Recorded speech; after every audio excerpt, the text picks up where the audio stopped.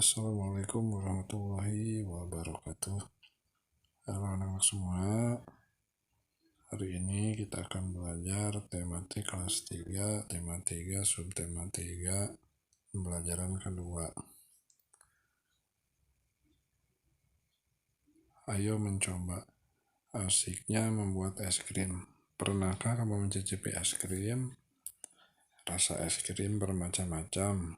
Es krim terasa segar jika dinikmati di siang hari yang panas. Lakukan percobaan berikut ini secara berkelompok. Alat dan bahannya: 2 buah kantong plastik dengan perekat atau zipper, 1 berukuran besar dan 1 lagi berukuran sedang. Handuk kecil atau sarung tangan, 300 ml krim segar atau susu atau santan, 2 sendok makan gula pasir, 6 sendok makan gula batu, 2 mangkuk es batu berbentuk dadu.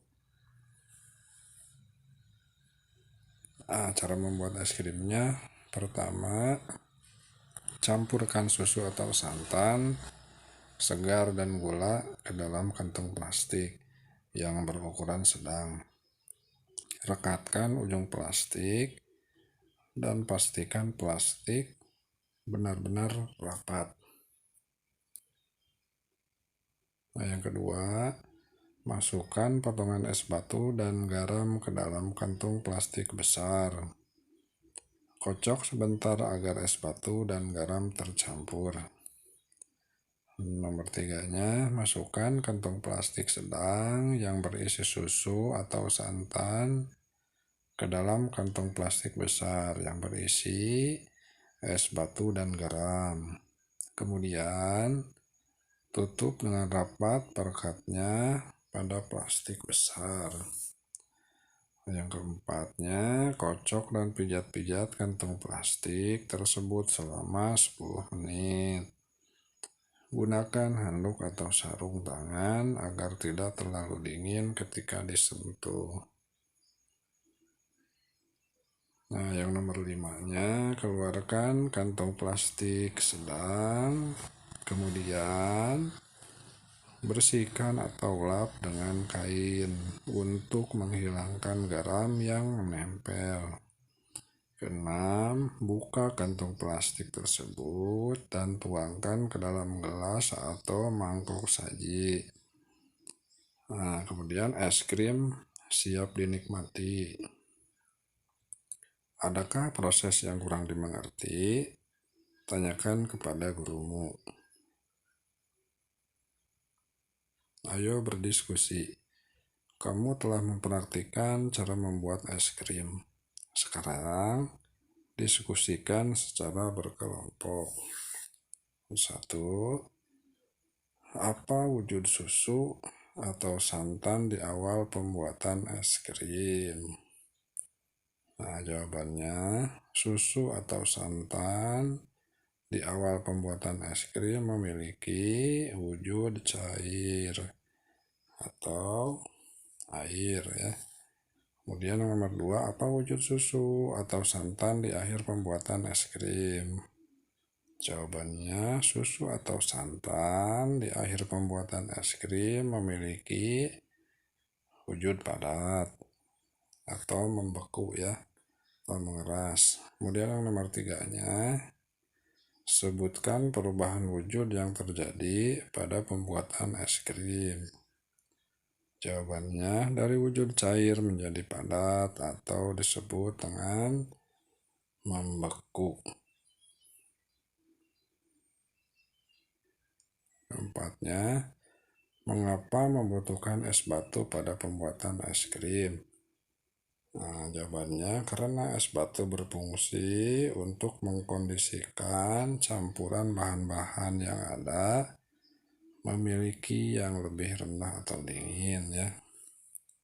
Yang kelimanya, apa fungsi garam untuk pembuatan es krim? Coba jelaskan. Jawabannya, mempercepat bahan-bahan cair seperti santan atau susu bisa lebih cepat membeku.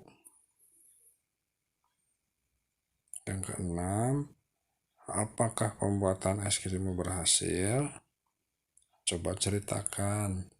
Nah, di sini pembuatan es krim berhasil berkat kerjasama antar kelompok, tanggung jawab setiap anggota, dan kekompakan. Pernahkah kamu menyimpan air dalam plastik di lemari pembeku? Apa yang akan terjadi dalam beberapa jam? Nah, tentunya air akan berubah menjadi es, bukan? Meskipun kamu membuka ikatan plastik itu, ternyata es tidak akan tumpah. Mengapa demikian? Wujud air berubah dari cair menjadi padat. Perubahan wujud dari cair menjadi padat disebut membeku. Dapatkah kamu menyebutkan contoh lain perubahan wujud dari cair menjadi padat dalam kehidupan sehari-hari? Contohnya minyak goreng menjadi padat saat suhu dingin ya. Dan air yang dimasukkan ke dalam freezer lama-kelamaan akan membeku menjadi es batu. Lilin yang mencair setelah dingin akan menjadi padat. Itu contohnya.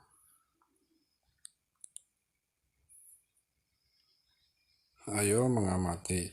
Kamu telah mengerjakan pembuatan es bersama kelompokmu. Adakah pembagian tugas di dalam kelompok? Dengan pembagian tugas, pekerjaan menjadi mudah dan ringan. Begitu juga di sekolah, siswa di sekolah ada peran masing-masing. Contohnya di SD Nusantara, tempat Siti dan teman-temannya bersekolah. Ada guru yang mengajar sehari-hari di kelas. Ada pula kepala sekolah yang memimpin sekolah. Kerjakan secara berkelompok. Carilah informasi tentang peran-peran yang ada di sekolahmu. Selain peran siswa, isikan hasilnya pada tabel berikut. Nah, di sini contohnya yang pertama ada guru kelas. Namanya di sini ada Pak Anton ya. Tugasnya seorang guru kelas yaitu mengajar murid-murid di dalam kelas ya. Kemudian ada kepala sekolah namanya Bu Marsya. Tugasnya yaitu memimpin sekolah dan bertanggung jawab seluruh sekolah ya. Kemudian ada petugas TU namanya itu Pak Sony, dia bertugasnya mengerjakan seluruh pekerjaan tata usaha dan administrasi, surat menyurat dan lain-lain. Kemudian ada petugas UKS, itu namanya Bu Rini ya, tugasnya itu merawat atau menjaga siswa yang kurang sehat atau sakit. Kemudian ada penjaga sekolah namanya Pak Amran, tugasnya itu membersihkan sekolah, kemudian menjaga keamanan lingkungan sekolah ya. Nah, terus ada petugas perpustakaan namanya Bu Sarli, tugasnya yaitu merapikan buku di perpustakaan, pinjam meminjam buku ya, dan merapikan seluruh perpustakaan. Itu tugasnya. Ayo berdiskusi. Kamu telah mempelajari peran-peran yang ada di sekolahmu. Diskusikanlah dalam kelompokmu. Mengapa perlu ada perbedaan peran di sekolah? Apa yang terjadi bila di sekolah hanya ada kepala sekolah? Bagaimana bila tanpa ada bagian yang lainnya? Tuliskan hasil diskusimu pada tempat yang telah disediakan di sini. Pembagian peran di sekolah bertujuan untuk mempermudah proses dan tugas-tugas yang harus dilaksanakan di sekolah sesuai dengan bidang masing-masing. Pembagian tugas sesuai peran juga bisa memudahkan masing-masing yang berperan sesuai bidangnya menyelesaikan tugas dengan baik, terorganisir, dan tepat sasaran. Ayo mencoba. Pembagian peran dapat juga dilakukan saat bermain, seperti bermain sepak bola. Saat bermain sepak bola, ada yang berperan sebagai penjaga gawang, penyerang, dan pemain belakang. Ada juga yang berperan sebagai kapten. Semua harus saling bekerja sama. Mengapa? Karena untuk menghasilkan permainan yang terbaik. Permainan sepak bola sangat menyenangkan. Mari pelajari teknik menendang bola. Sebelum bermain, lakukanlah pemanasan dengan membentuk lingkaran. Jika gurumu memberi aba-aba mencair, maka kamu harus berlari. Jika gurumu memberi aba-aba membeku, maka kamu harus segera berhenti di posisi terakhirmu. Hal ini seolah-olah membeku dan tidak boleh bergerak. Anak yang bergerak saat membeku akan dikeluarkan dari barisan, ya. Nah, ini contohnya.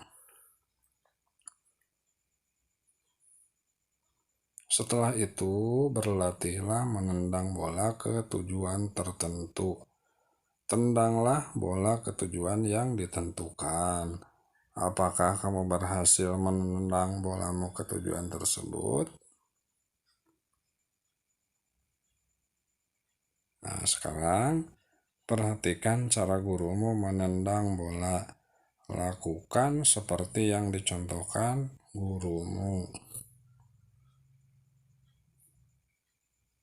Buatlah 2 kelompok dan berbarislah saling berhadapan. Tiap-tiap kelompok secara bergantian menendang dan menangkap bola. Nah, sekian untuk pelajaran hari ini anak-anak. Sampai bertemu lagi di pembelajaran selanjutnya. Semoga kalian paham dan mengerti, ya. Terima kasih anak-anak. Wassalamualaikum warahmatullahi wabarakatuh.